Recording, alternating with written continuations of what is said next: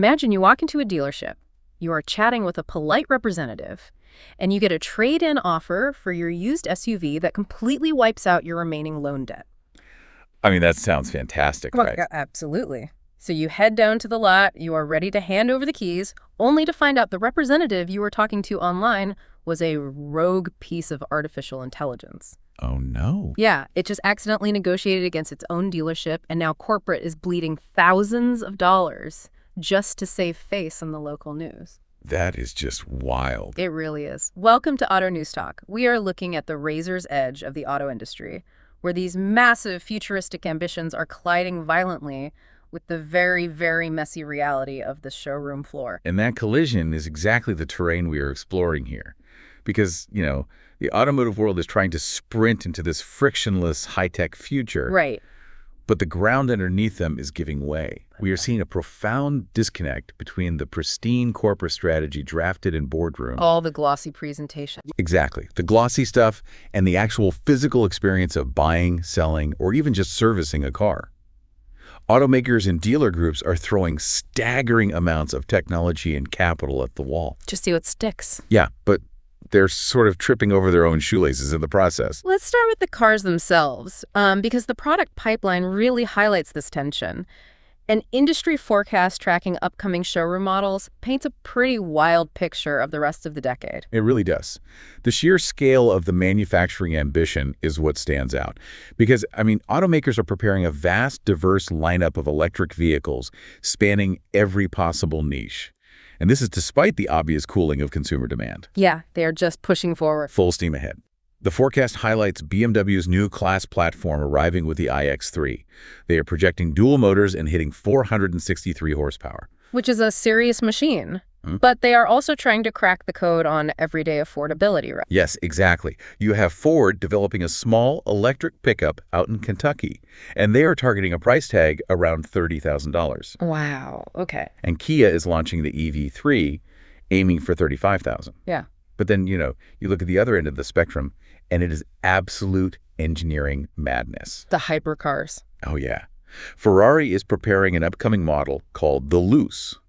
It is a four-door EV with a quad-motor setup. Wait, quad motor? Quad motor, Yeah. generating 1,035 horsepower. That is absurd. They are aiming for a 0 to 62 time of 2.5 seconds. And get this, a starting price of roughly $640,000. $640,000. Yeah. Let's unpack that. It perfectly illustrates the central insight from this forecast. Legacy automakers are being forced to balance completely opposing forces all at once. Right. They have to deliver mind-bending performance, extreme ultra-luxury, mass-market affordability, and practical commercial utility, basically all at the same time. But I have to ask, why would Ferrari engineer a $640,000 electric vehicle in this landscape? The market for ultra-luxury EVs seems incredibly soft. Is this just a branding exercise? Well, it is a branding exercise, sure, but it's also a product of the automotive development cycle. Yeah. You have to remember, these vehicles were greenlit years ago when capital was cheap and EV hype was at its absolute peak. So they are locked in. Right. Now they're arriving in a completely different economic climate.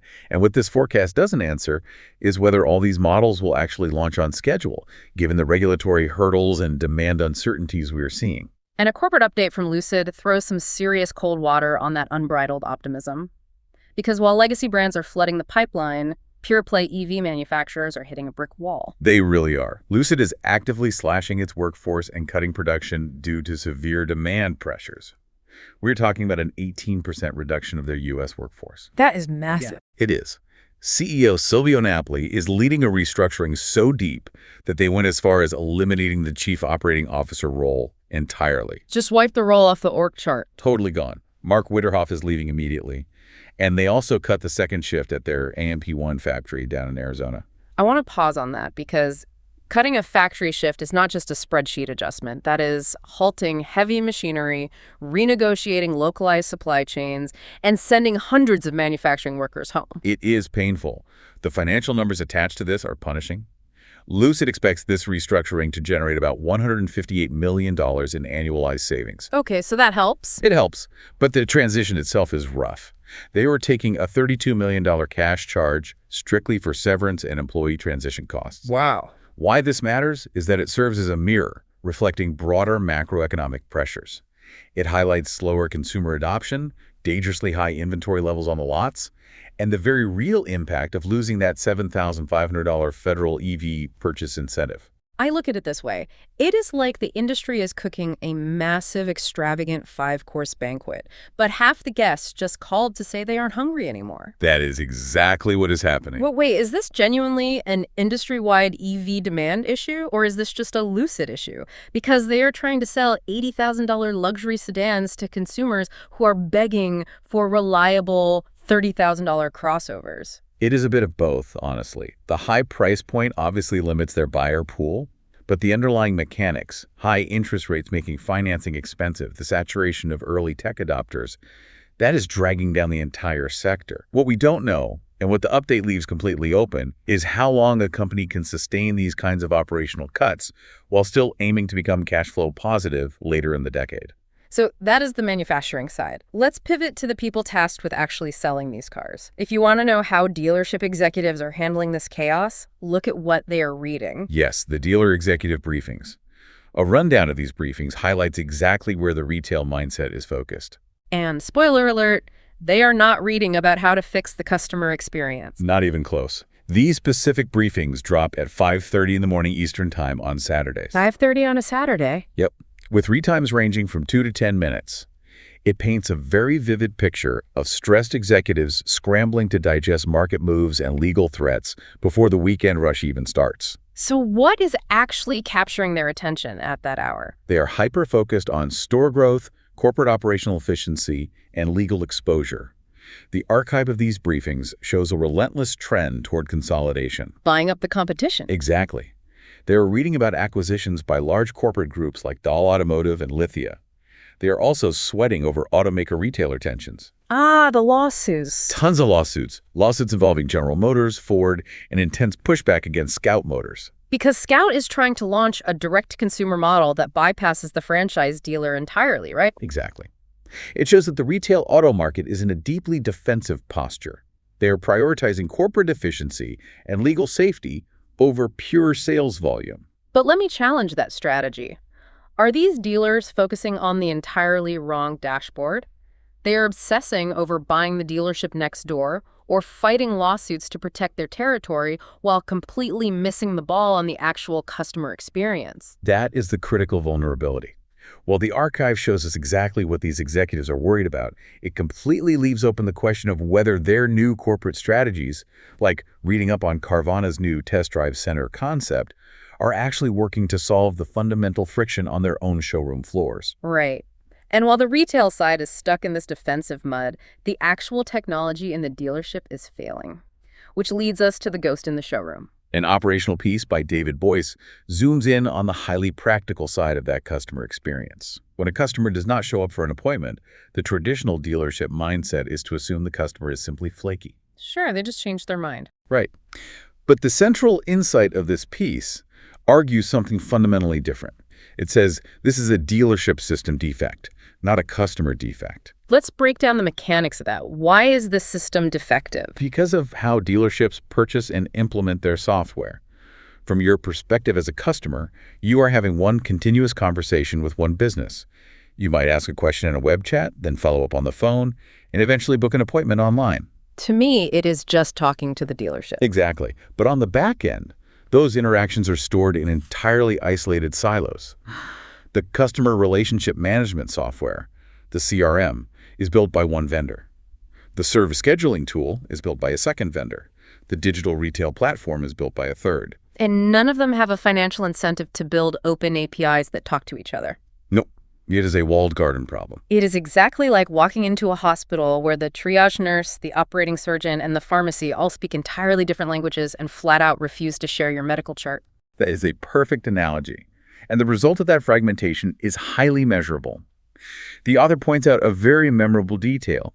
Because these systems refuse to communicate, you end up with idle technicians in the service department and lost high-intent sales opportunities. All because of bad software. All simply because a customer got frustrated having to repeat the exact same information on the phone that they already painstakingly typed into a chat window 20 minutes earlier. I mean, think about it. It's like dating someone who completely forgets everything you told them on the previous date. Yes. Of course the customer is going to walk away. Continuity is absolutely required to build trust. If the customer feels like you aren't listening, they bounce. The author proposes integrated communication systems as the fix, which sounds great in theory. But what this doesn't answer is which platform can actually unify all these stubborn legacy tools without costing the dealership a massive fortune to implement. Integration is so easy to write about, but incredibly difficult to execute when you are dealing with monopolistic software vendors. So, if disconnected basic systems cause no-shows, what happens when automated systems actually make unsanctioned financial promises? Here is where it gets really interesting. The rogue AI. A local news breakdown highlights a specific example of tech gone completely wrong. It shows what happens when a dealership tries to leapfrog standard operations and install cutting-edge automated tech without understanding the mechanics. It is an incredible case study in technical liability. So, a customer named Zach Giacomelli wanted to sell back his 2021 BMW X3.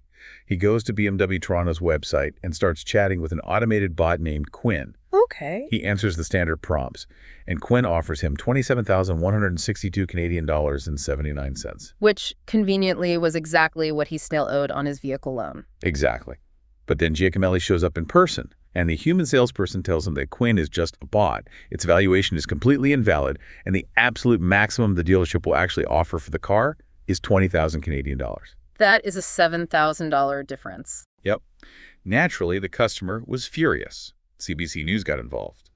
And the sales manager, Scott Shadbolt, ultimately had to honor the higher AI price to, quote-unquote, do right by the customer. The AI literally negotiated against its own dealership. It did. The chatbot got confused by the context window and interpreted the customer's loan payoff amount as the dealership's official purchase offer. It was just trying to be helpful. This underscores the severe reputational and legal risks companies face when they deploy AI in financial and sales settings. Businesses are finding out the hard way that they will be forced to stand behind what their automated tools say. Right. The coverage even tied it back to a similar prior case where Air Canada was legally forced to honor a hallucinated policy invented by their own chatbot. Which raises a wild legal boundary question. What if the AI had made a $50,000 error instead of a $7,000 error? Would they still have to honor it just to avoid a public relations nightmare? That is the exact tension perfectly illustrating this whole problem. Dealerships desperately want the operational efficiency of an AI chatbot that works around the clock. But they are absolutely not prepared for the liability of an AI employee that invents its own pricing strategy. So if we step back and look at this entire machine, from the factory floor all the way down to the local service bay, a few glaring themes start to emerge from these materials. The most obvious theme is the brutal growing pains of new technology. We see this at the macro level with the Lucid update, where an entire company is actively dismantling its workforce to survive an EV demand slump. And we see it down at the micro level of that BMW Toronto chatbot, literally hallucinating a car's value. Yeah, the friction is everywhere. The second theme is the vast disconnect between strategy and operations. Definitely. The dealer executive briefings show leadership fixated on high-level acquisitions and macro legal threats. But the David Boyce operational analysis shows that those exact same executives are bleeding revenue because their basic showroom CRM tools are failing to track phone calls. They are building a moat around a castle that is currently on fire. And that leads directly to the third theme, the changing balance of power. Customers are aggressively holding dealers accountable for what their AI promises. Meanwhile, automakers are exploring direct-to-consumer models, like Scout Motors, that threaten to bypass the traditional dealer entirely. And out of those themes, we are left with two profound contradictions that define the market. Tension number one is the bizarre reality of the product pipeline. Yes, you have automakers aggressively flooding the pipeline with hundreds of new EV models. From the affordable Ford pickup to that quad-motor Ferrari Luce, at the exact same time that existing EV makers like Lucid are slashing 18% of their workforce due to a lack of demand. It is a total mismatch. It really is. And tension number two is happening right on the showroom floor.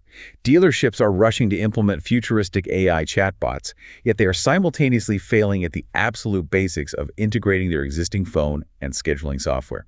They want the frictionless future, but they refuse to fix the digital plumbing of the past. Which brings us to the ultimate practical takeaway from all of this.